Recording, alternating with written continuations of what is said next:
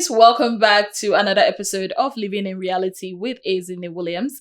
Today we are going to be talking about weight loss, fitness, and healthy living.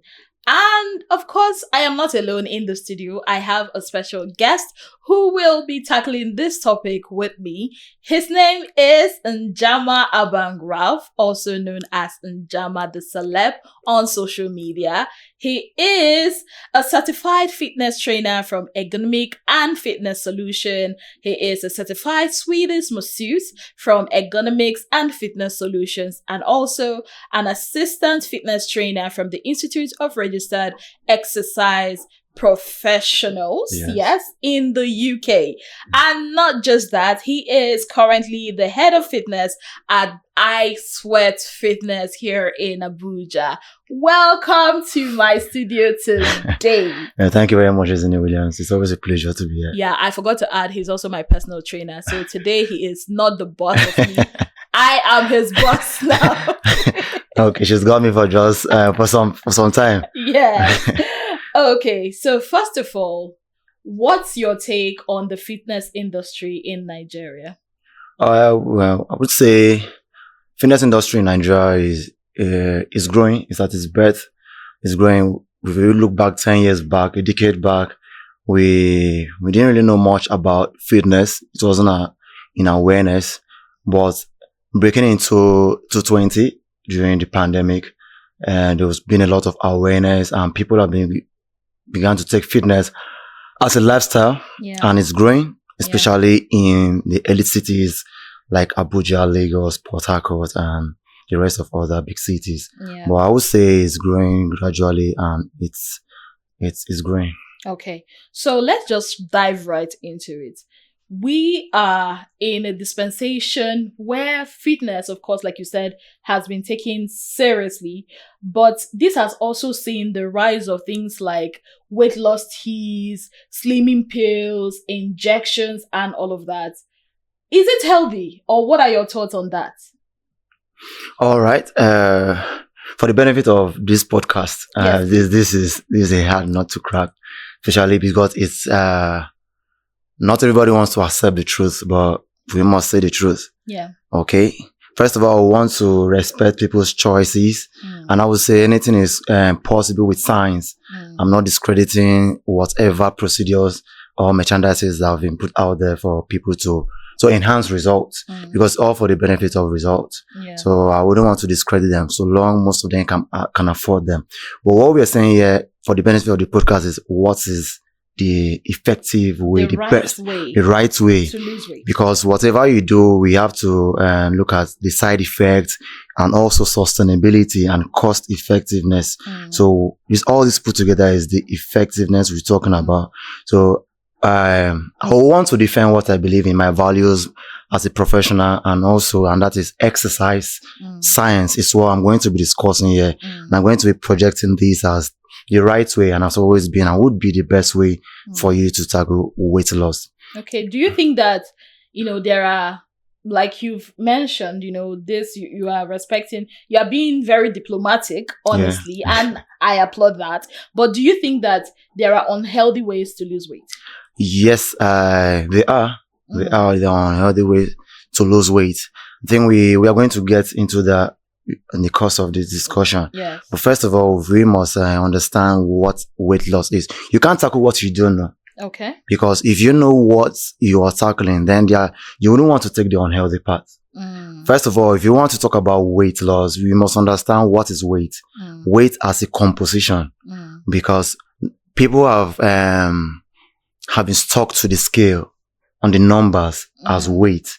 But when we look at weight as a composition as per human being, we're looking at your mass. And that's what takes us to BMI, which we're going to talk about later.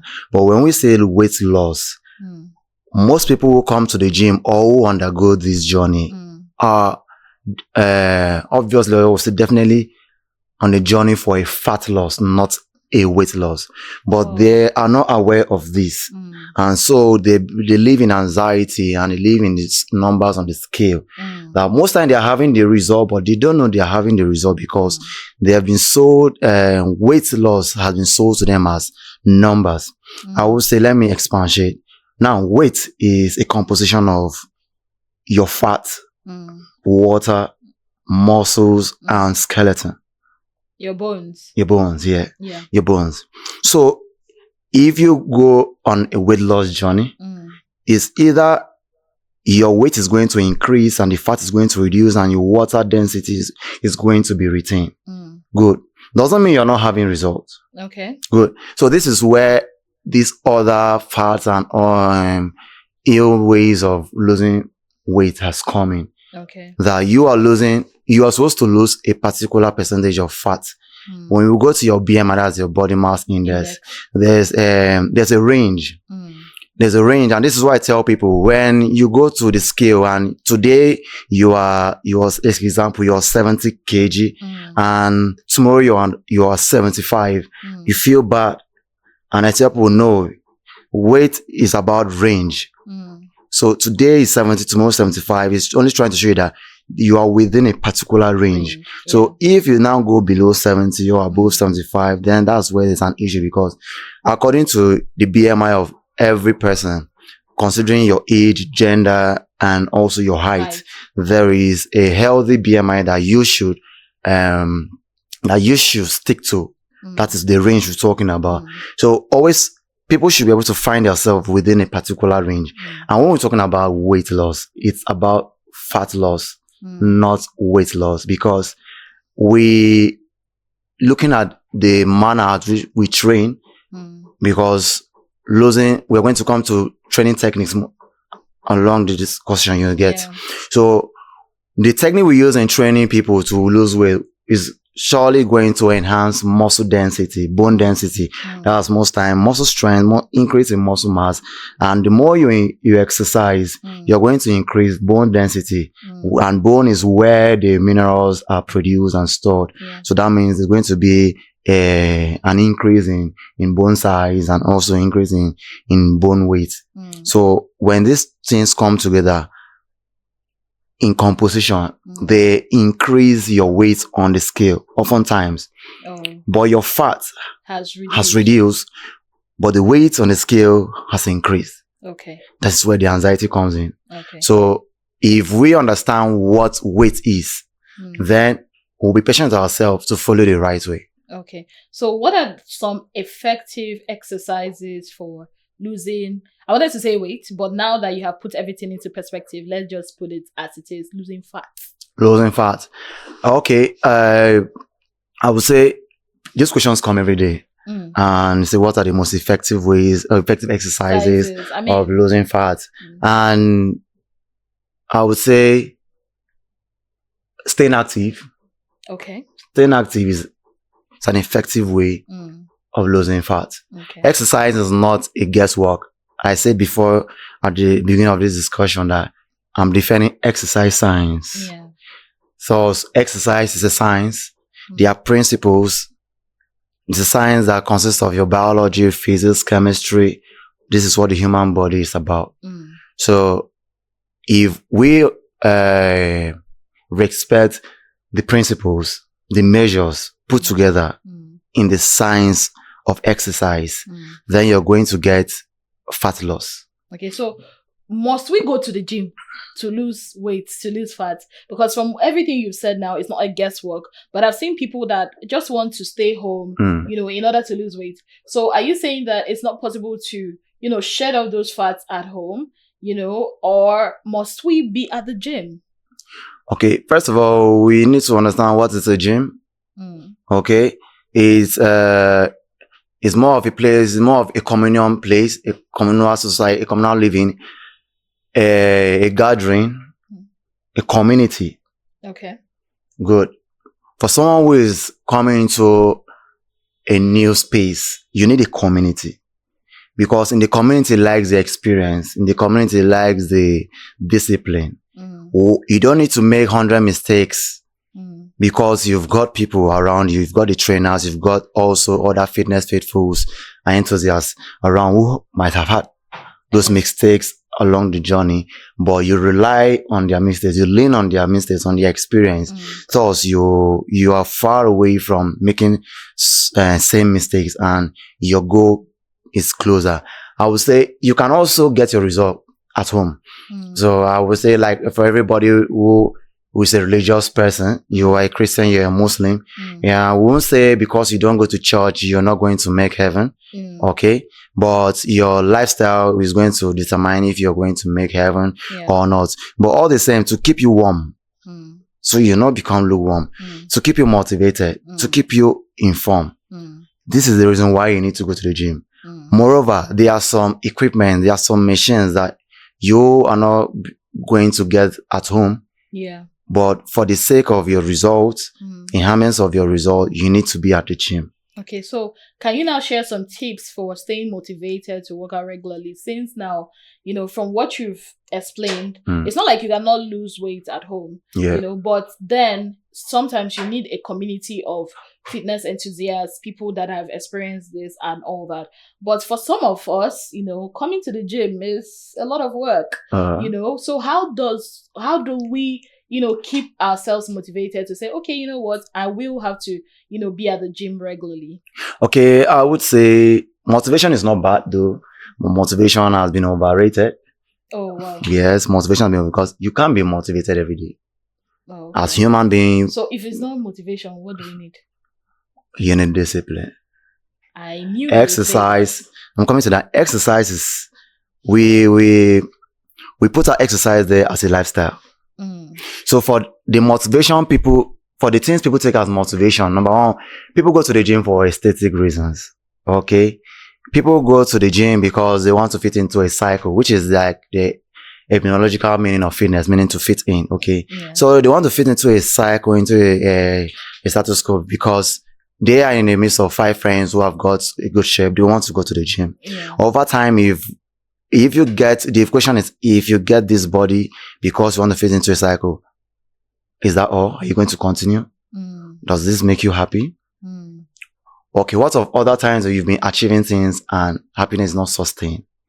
So when we say lifestyle, today I'm going to introduce to you the best way to stay motivated. And that is in lifestyle. When we're talking about lifestyle is, I want to stay fit because I'm trying so much to make ends meet, make so much money, become a millionaire, because in my 50s, 70s, I do not need a driver. I want to be able to drive my Porsche. Okay. I want to be able to, I love my family because I want to be able to stay with my family. And also I would want to take a walk with my grandchildren. I will want to raise my grandchildren up. I want to lead them. I want to toss them in the air. So at 70, can I do that? Can I do that? So staying fit is basically like 10% for you and 90% for the people you love. For the community. I own an empire. Why should I retire at 50 because of health issues? I should be able to stay at 80 years, 90 years to be able to take care of my empire. To be able to keep my legacy over time, so that the people I'm grooming in the company should be able to come up of age, and not that it's sudden for them to take the aim of leadership, but they should be able to take leadership when it's time. And that time is when I decide to step aside. But I don't want to step aside the leadership of my empire because of health complications. I want to be able to stay healthy because there are relationships that I want to maintain. I want to be able to discuss with my business partner and not always take a sick leave. So these are some of the reasons we should stay healthy, stick to living a healthy life, going to the gym and being fit. It's not just about the motivations, because most times you will not be motivated, but thinking of, you know, your life, making it a lifestyle. Making a lifestyle, basically. So now, if we are going to make it a lifestyle, how can we be able to maintain a healthy lifestyle while balancing work and other commitments we have? Because, you know, we live a busy life. You understand? I get you. I mean, you have to go to work, you have to do this. So how do we balance that? I have to be at the gym, I have to live a healthy life, but still, I still have to fulfill other obligations I have. This is a nice one coming here, because this is basically why you and I are here. Okay? And first of all, there is this research has shown that people spend first 40 years of their life trying to make ends meet, to make money. And they spend, for those For those who are going to be lucky to live 30 more years, making it 70, right? Or 30 more years, making it 80. But let's stick to 70 years. Spend the remaining 30 years of their life using the money. They use 40 years to work. They now use the 30 years of their life spending on health. So this is where the popular saying, health is wealth, comes in. Yeah. If you are healthy, then you're wealthy. Where if you're healthy, you won't want to spend money.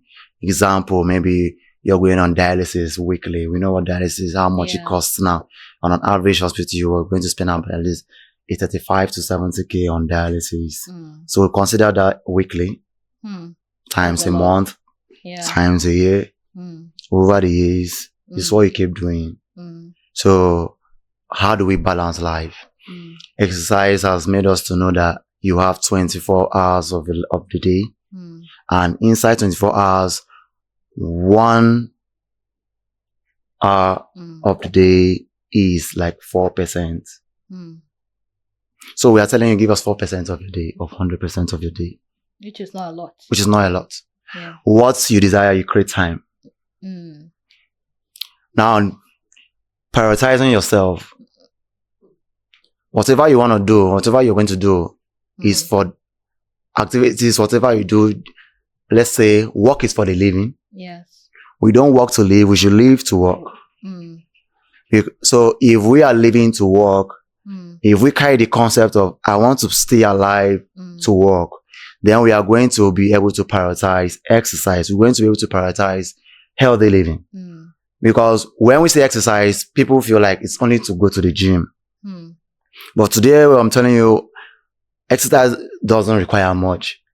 We are just saying keep fit 30 minutes a day. We're just saying take a brisk walk a day. We're saying you should, in terms of healthy living, we're saying you should eat right. We're saying keep yourself in check. We're saying go to the hospital and have yourself checked up. This is healthy living. So now, in terms, I love the fact that you actually mentioned eat right. Now, what are some healthy eating habits for someone looking to lose weight and keep fit that, you can share with us? What are some things? Because we've had a lot. That's what I want to ask you. We've had people say, oh, don't eat this, don't eat that, don't eat this. It's almost like if I count how many times people have said or called a particular food that we should not eat, it's almost like the only thing safe to eat now is water. Is water. So how do we balance that? Me and you, I remember coming to the gym, there was a time, and I'm like, oh, you can eat bread? And I'm like, that's not what they told us. So what exactly are we supposed to eat to be able to, be healthy and also to be able to lose fat? Okay, first of all, I have to demystify the eating habit that has been sent out there. Okay. Now, we need to understand, food is what? Energy. Good. So energy, here you're talking about calories. Good. Only on conditions where you have irritation that you should avoid some kind of food. Wow. Good. Maybe for people we know that you to avoid spicy food. Spicy food, yes. People with diabetes. Avoid those kind of sugar things. But this is for the sake of weight loss. Like I said, we want to stick to weight loss. Yes, please. Good. Food is energy is calories, and it's a simple formula. You're trying to create a balance according to your BMI that makes you healthy.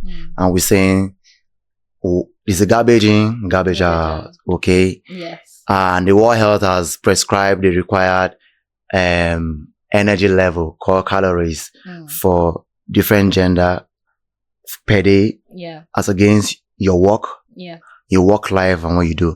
As a fitness trainer and for your backroom staff who are working in here, camera guys and the rest, you see, I'm going to have to expend so much energy during the day. So I'm going to maybe like 3,000 calories in my body or 3,500 calories. That's because for my activities, I'm expending so much energy.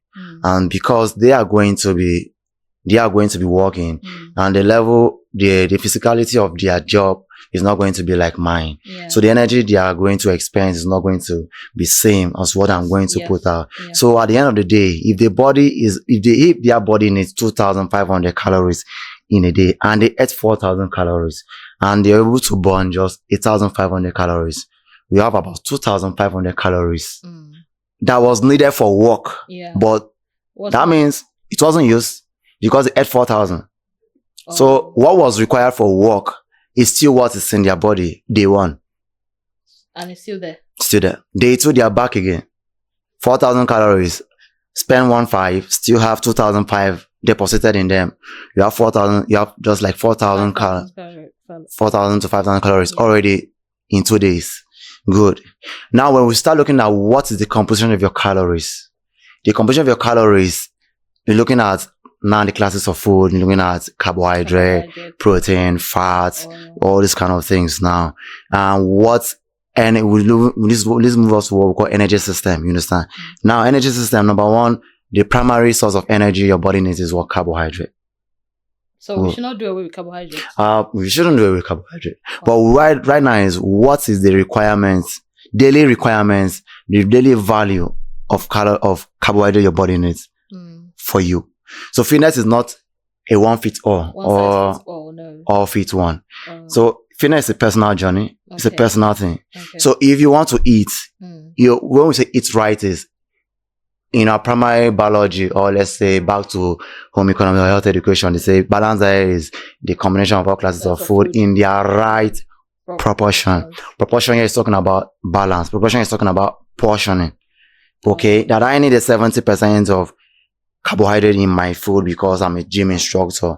Doesn't mean that you need a 75% of carbohydrate in your food because you are not a gym instructor. You're working in the office. So basically, all I'm getting from here is that it depends on first your lifestyle, your life, the work that you do, how much energy you expend during the day. So that would make up what you're supposed to eat. You're not supposed to avoid any class of food. Yes, but know how to put it in different proportions, the right proportions, be able to get them in the right portioning and per serving size. So basically, it's a personal thing. It's a personal thing. I might need more proteins than carbohydrates. You might need more carb than it's any dieting is not supposed to be like you said, one size fits all. Yeah, we shouldn't demonize any classes of food because they all have their usefulness in our body. You have their usefulness in our body because, like we say, carbohydrates have been demonized over time. Yeah, we're just saying, okay, carbohydrates, good, and because carbohydrate will now be converted to the glucose and everything, which now be stored as fat. Okay, adipose tissue. This is it, and we're saying, okay, fat is not bad. Fat is not bad, but the quality of fat that you take in.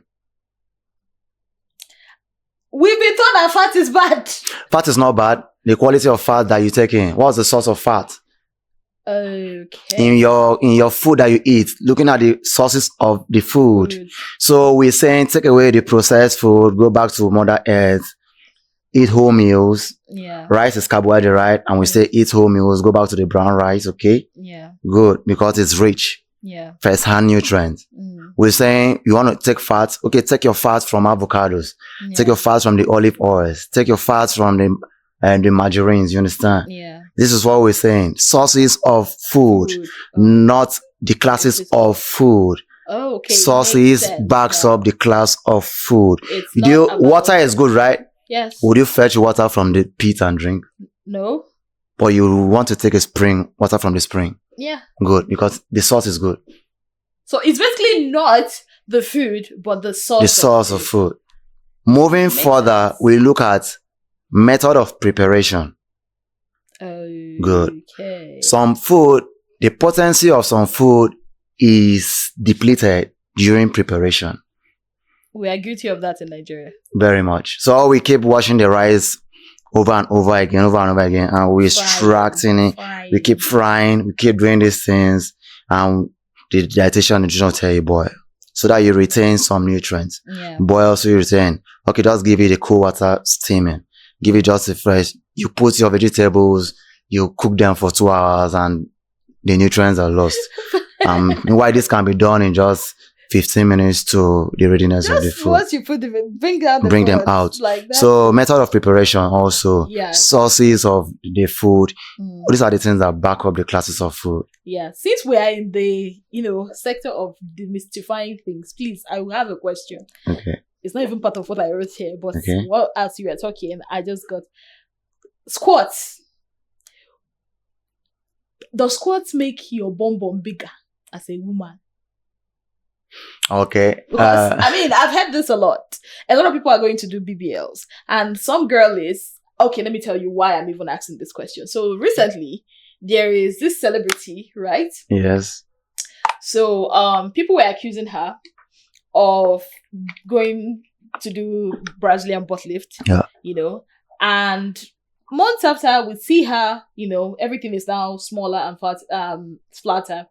And then she says, oh no, I didn't, remove the BBL. I didn't reverse it or anything like that. I added weight, for a movie. And, now I've gone back. Or everything that I had then, it was, via exercise, squats and all of that. So that brings me to the question. I've been in the gym. Mm-hmm.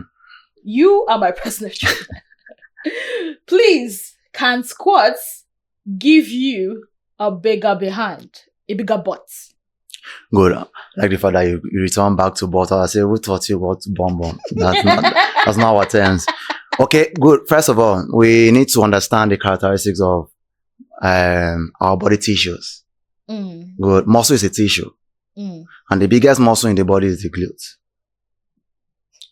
I hate hearing that glutes because I hear it a lot. So glutes. Glutes is the bum you hear people calling. Glutes is the butt you hear people calling. Okay. So that's why this is a Brazilian butt lift.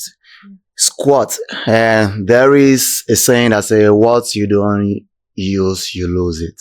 Okay. Good. One of the characteristics of muscle is elasticity, expansion. So when we put the muscle through stress, permit me to just go a little bit on stress because good. So stress is important in our daily life. Every day we must stress, but we need to understand what stress is. Okay, and types of stress. We have two types of stress. We have eustress and distress. Good. Eustress is a positive stress. You come to the gym, you exercise, and distress is the one you face at work. Yeah, it's not planned. It's not structured, and so it's putting negative impact on you. That's the distress. Yeah. But when we say stress the muscle, the eustress is planned. It has a tempo. It has a load, a desired load, a prescribed load, and all those things. So we're saying stress the muscle. So when the muscle is stressed positively over time, that is, we break down the muscles. And this is how the muscle tissues is. It's like, so this is how, like you have a bunch of, it's like a string. Yeah. Okay. You extend it. And with time, it's going to be like there's a detachment because it's been broken. Yeah. But when the other lifestyle meets the recovery process, dieting, good dieting, where we have adequate protein to repair, and we have adequate rest, and we have the enough nutrients to give us this recovery process, to enhance recovery process. That is where repairs take place. So in part, when in the process of repairs, there's going to be an increase in size. There's going to be an increase in strength. There's going to be an increase in range of motion. Flexibility comes in. So flexibility is one of the properties of muscles. Expansion is one of the properties of muscle. Elasticity is one of the expansion of muscles. And also adaptation is one of the properties of muscle. So muscle is going to adapt to stress, it's going to adapt to expansion, it's going to adapt to the range as which you stretch it to. Because you stretch it to an angle 90, next tomorrow, when you take it to angle 90, it's going to go there because you've trained it over time. You've taught the brain that this is how we have to move. And you've given muscles the capacity to get there.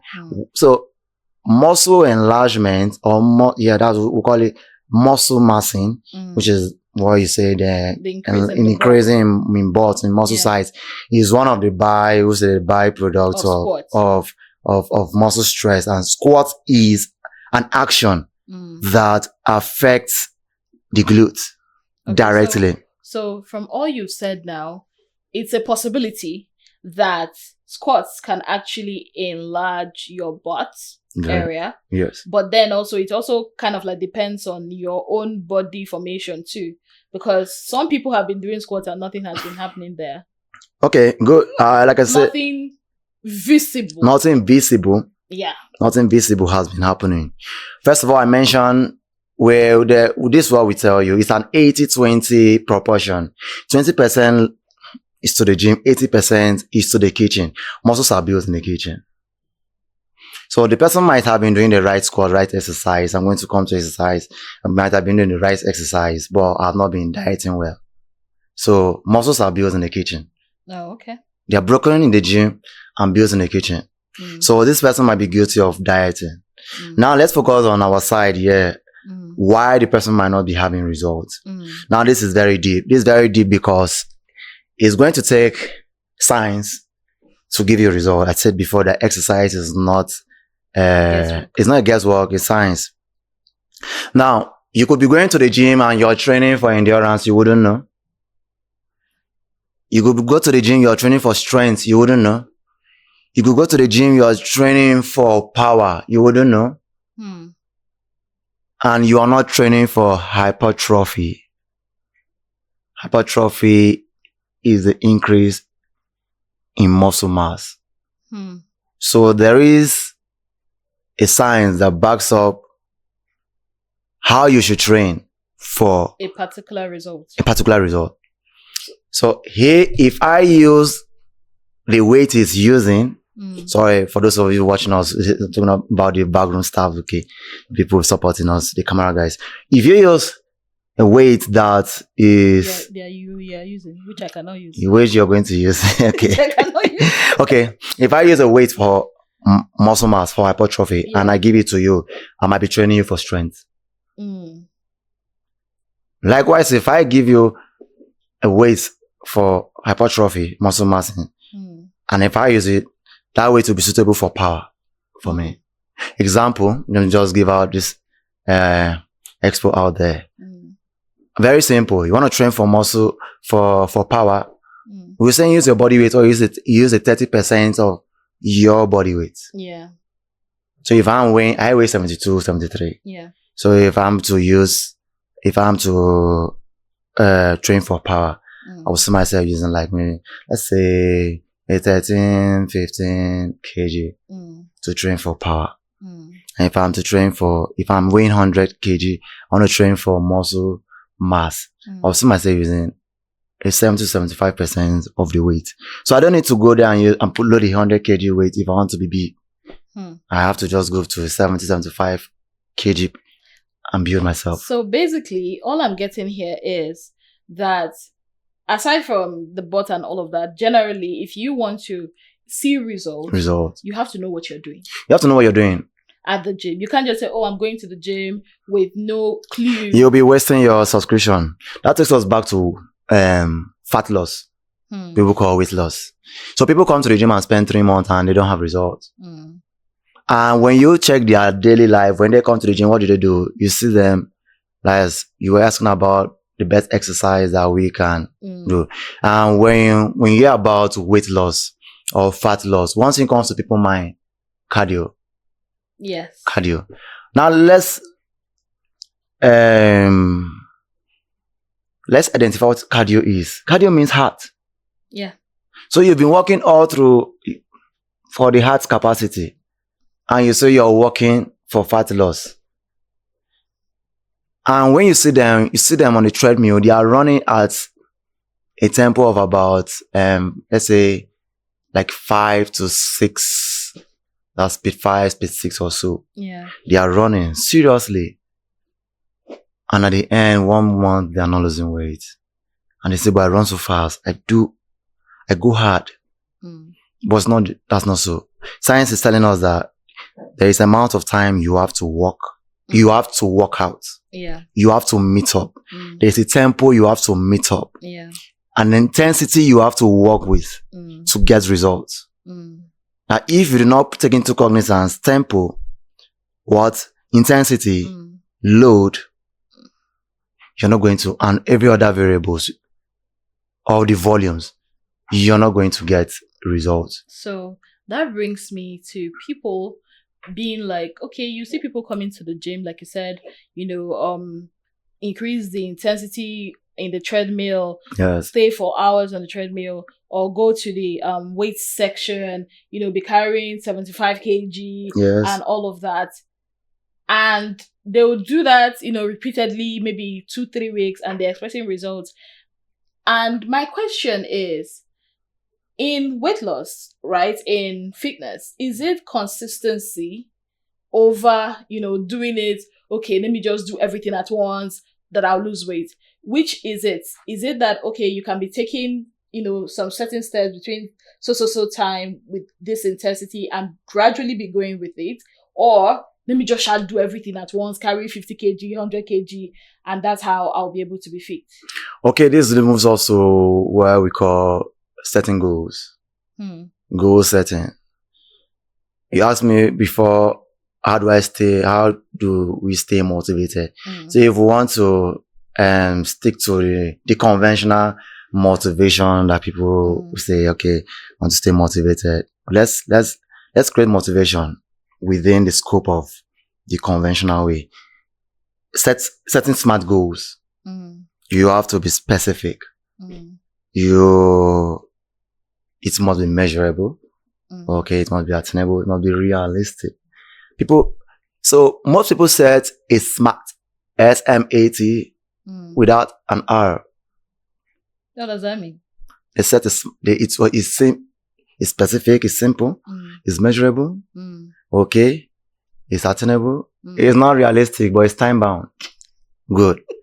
So most people set goals. Most people set marks. Like I want to be size 12 by September. Good.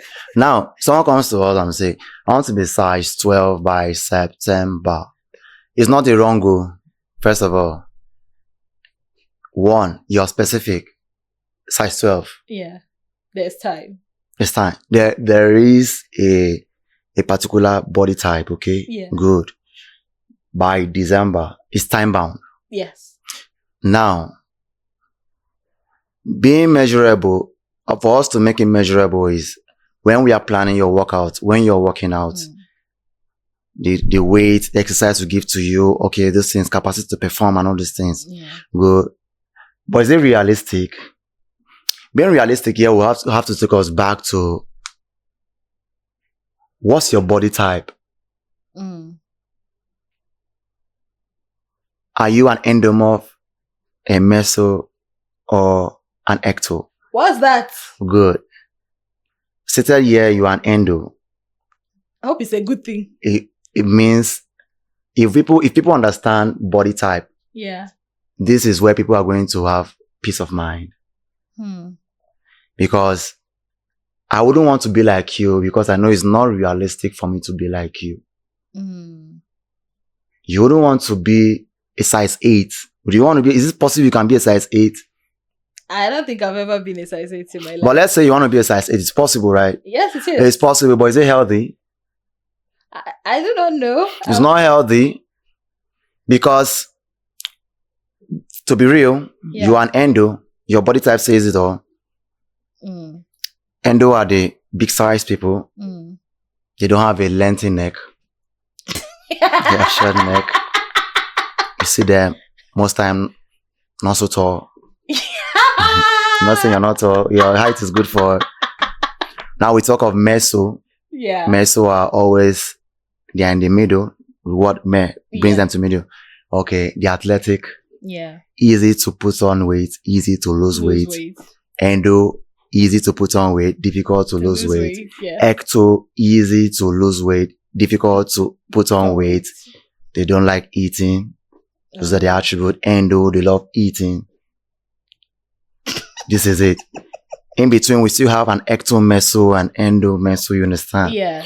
Now, understanding who you are is going to help you set a smart goal. Yes. Wow. And in setting smart goal is where you're going to get the motivation. And that's when you're going to start appreciating marginal results.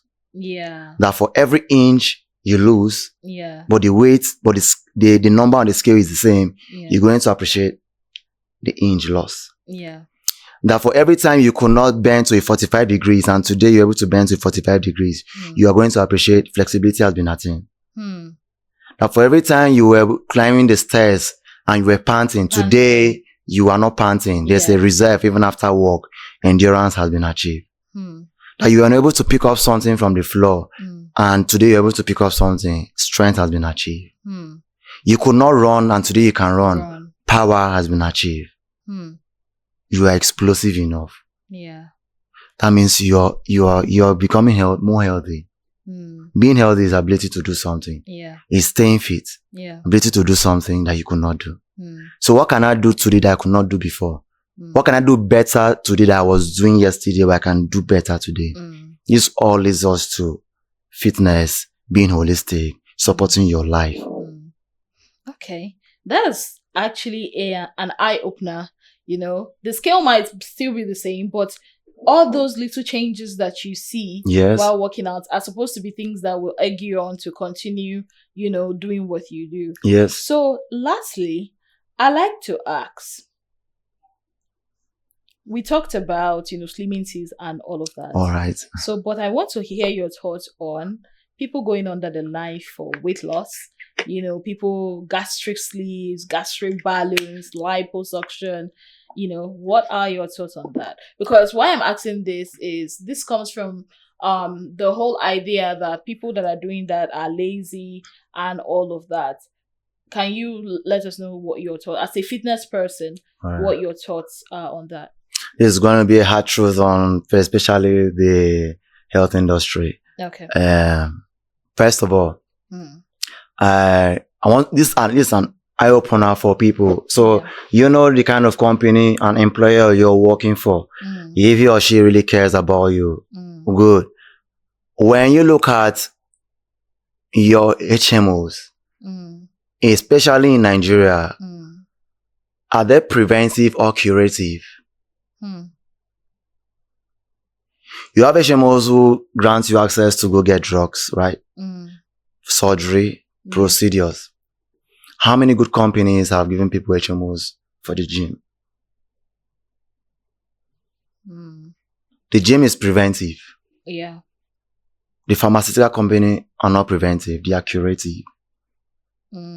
So what these people are doing is just business. They are playing on the ignorance. And they are also taking advantage of the vulnerability of patients and clients. So you are saying basically getting those stuff done are not actually like a preventive. I'm coming to that. Okay.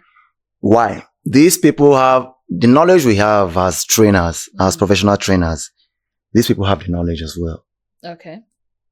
So we've decided to hone this knowledge in the right path. But they've decided with no apologies to take on the vulnerability of the people. What they are doing is just what you can achieve in a lifestyle.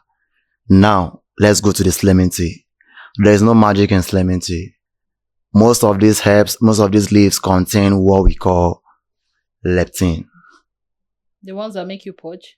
No, leptin. Okay. Leptin is a hormone produced by your fat tissue called adipose tissue. I told you before about tissue. Muscle is a tissue called myocytes, and the fat tissue called adipose tissue. You understand? So adipose tissue is where it's a fat tissue produced by the body. But in as much as people, I say fat is not bad because fat has a role to play. The fat produces leptin. Leptin is a hunger. It's a hunger hormone. Okay. We call it. Most people call it starvation hormone. Okay. Now, leptin helps to send a message to your body, I'm full. Okay. So let's liken this to a gastric balloon procedure. Okay. Where they put an inflated balloon into your system, fill it with a salt water solution, giving you. Now, do you know why they're putting the salt in the water?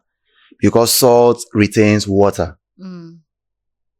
Salt retains water. Yeah. So when it's difficult for you to excrete this water from the silicone. So when they put the silicone into your system, it's taking part of your stomach. It's put into your stomach. Yes. Yeah. It's taking part of your stomach. So it gives your body the feeling of I'm full. So you eat a little. Okay. And there's something the body does. That when you start exercising, the body, the fat tissue start producing leptin over time. So when you start exercising, you can't eat much again because it starts sending to the body, I'm full. Yeah. There are other hormones too, numerous to mention. That when you're not exercising, it start producing and it tells the body I'm hungry. So people tell you, when I stop exercising, I start eating more and I get fatter. No, the body is producing a different hormone that just makes you to feel like I'm hungry. I need to eat. So basically, you are saying that those gastric sleeves and all that are something that naturally your body needs. You can achieve, like we said before, what are the most effective ways that you can achieve a fat loss, aka weight loss. I'm telling you, these things are just fat. They are just things by the pharmaceutical company to make money off people, and because human beings have been studied to like quick fix. Likewise, the BBL. You say liposuction. What's lipo? Lipid. Fat suction. Taking off fat. Taking off fat. Did they say they took off weight? No. They say lipo. So do you understand that your weight loss is not about other things? It's about fat loss. Oh. So they are taking off your fat in a procedure. That if you do not adhere to lifestyle again, you're still going to get fat. So that is why they say people who are lazy, people who don't want to. And this is direct. The way for that people, it's not about being affluent enough to afford these things. This is just a direct reflection of who you are as a person. That you are not disciplined, that you don't want to follow procedures, that you celebrate only big wins and you don't understand marginal wins. That is why you're going for the quick fix. And we have more of these people. So in a world of 7 billion people, and we say if we just have 1% of the world who are active in fitness, that means they're making money off an average of 3 to 4 billion people, while the other 2 are maybe not exposed to fitness, and the other 1% are the one into fitness. So basically, fitness is a lifestyle. It's not a quick fix. It's not a quick fix. You don't go to the gym and expect, in the next 2 weeks you are toned, you've lost, 50 kg. Those people that are telling you that, oh, drink this tea and you will lose 10 kg in a week. It's not attainable. So fitness is a lifestyle. And for that lifestyle, it requires discipline. Discipline, consistency. Also, take it easy on yourself. I stay motivated by celebrating myself. Okay? Good. When I see people...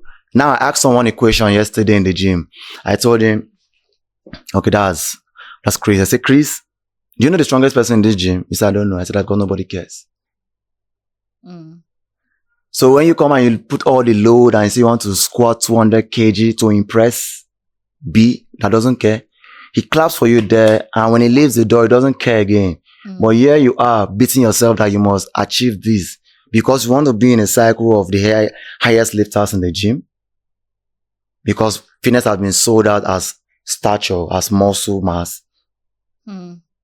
So celebrate yourself. The day you don't come, celebrate yourself. Take it easy on yourself. If you put yourself on the scale and you did not lose anything, what would you do? Celebrate yourself that you were consistent for the whole month. You showed up. Yeah. You showed up. Showing up is one win. Yeah. So, that's a lot. I mean, these words are not just what you're saying to And also, let's look at because I say if this was not mentioned, I'm going to talk about it. Okay. I think we spoke about that. Waist trainers. Yes. Okay. Good. So, what do you think about that? People feel like trainers are demonizing waist trainers.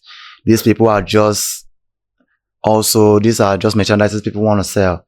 We all know the popular brand that sells waist trainers to people, especially in Abuja. Needless to mention, but you and I know, okay. We don't want to drag anybody. No, we're not in the business of dragging. We're just in the business of being being well and being real. Yeah, we're selling. This is a real time message, okay? Yeah. Or for those of us who go out there and put our waist trainers and we are training, especially, you see, because for everyone who puts on a waist trainer, you see them, they are obviously working out. They are obviously doing a cardio exercise. And when, now I want to ask a question. If I put my hands around your throat and I tell you jump, will you be able to breathe? No. Same thing here. Where is your diaphragm? Responsible. Where your lungs are responsible for breathing. And I constrict it. Now, we train for cardio because we want to increase the capacity of the lungs to breathe. The ability of your lungs to bring in enough oxygen fuels your muscles, and oxygen is energy. Because you're breathing in oxygen, your body is circulating oxygenated blood. And that is where nutrients is circulated to the muscles and to other cells of the body. So by the action of constricting your body from breathing is one ill practice that has been sold out as aesthetics and fashion to people. Now, this is the whole science behind waist trainers. Waist trainers, when you take out a waist trainer, when you look at the side of it that is attached to your body. Have you ever been told that you wear waist trainer on your clothes or on the skin? You always be told on the skin. Why not they say on the cloth? I don't know. Waist trainers are made with some. I know them. Good. I have a waist trainer, so good. When you look at the side that comes to your skin, it's made of some I think all these textile materials, poly something like that. This is because when they come in contact with you, because of one, compression, they form heat. It's the heat production that is working. It's not the waist trainer. So people wear waist trainers to work out? We wear waist trainer because, one, first of all, most people don't have the strong core to do some strength training, which we now have weight belt to give you a strong core to support your strength. Secondly, people wear waist trainer. Also, the original way, the original function of waist trainer also was to do what? Produce heat. People have slow metabolism. So I will run from here to here. Already my body is heated. I'm sweating because my metabolism is high. Yeah, it's optimal. But yours is low. So to enhance what?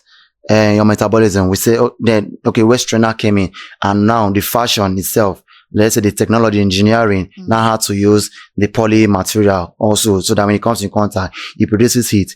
And this is what is achieved in fitness even without using this. And this is why I told you that exercise is science, because you must attain intensity. That's where intensity. They are trying to play on intensity. Now the intensity now has been brought to fashion. Waist trainers. So basically, your body, like all the other points you've made, waist trainers are simply just doing what your body would normally do if it's put under an amount of intensity. Yes. Yeah. But I mean, some of us do wear waist trainers because me, I love being real. I don't wear waist trainers to the gym. You've never seen me wear waist trainers to the gym. I wear it because I want my dress to fit. Like I said earlier here, that fitness has been sold as fashion. Aesthetics over health. But big question here. Why are you dragging me on my own? Big question here. After removing it, do you get back to your normal self? Yes. Yes, yo. So, how many people will tell you on the road, like the fact that you're wearing waist trainer, or you're good? It's about me. It's about you. Yeah. So let the dress fit. If I'm wearing fit for who? Let the dress look good.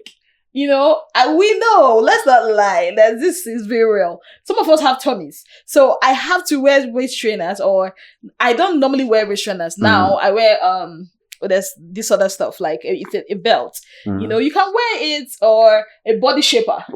Body shaper. Body shaper. Okay, we'll just say these are all things that have been brought into compliments. Yeah, but I fitness. What I would not do is wear it to the gym, because when I'm at the gym, I wouldn't let you wear it. not even that. Is personally, I wouldn't wear it because then I can't even breathe properly. Like, So I wouldn't even dare because I know the kind of exercises I do. Okay. And it will not even allow you to do this. To do that. But all in all, I enjoyed this conversation because it has been eye-opening. Yes. Body types, if we all get to know all this information, it would help people to beat themselves up less. A lot of people are always like, oh, I've not lost anything, I've been going to the gym, blah, blah, blah, blah, blah. But getting the right knowledge, I think in summary is, fitness is a lifestyle. It's not something you just do for a moment and just leave. Okay. It encompasses both what you eat in your kitchen. No food nutrient or no food class is bad. Carbohydrate is not bad. It's just the source of it. Okay. That, like you said, you cannot drink water from a gutter. Yeah. So it's the source of it. And, discipline is very vital in keeping a healthy life. Now, before I go, you are a fitness person. If people want to contact you, want to train with you, how do they? I know how to get in touch with you, but they don't know how to get in touch with you. You're right. So how do they do that? Okay, so you can always reach me on my social handles at Njama the Celeb on Instagram, on IG, Ralph Njama on Facebook, and also on my contacts as well. I'm really active on those two social media platforms. So on my contacts, you can also DM me, send me a DM on WhatsApp. Okay. As needless to call. No need to put that. No need to call that. On the screen. Yes. So guys, that's it for today on weight loss, fitness, and healthy living. Yes. I had a very intense conversation with Njama. He even dragged me on my own show. No, drag you any day. You're not serious. You do push-up. You do 100 push-ups. How many push-ups should he do? If you do 10 for me. 50. Okay. They are saying you should do 50 push-ups. 50. So we'll watch him do it, but not here. Okay.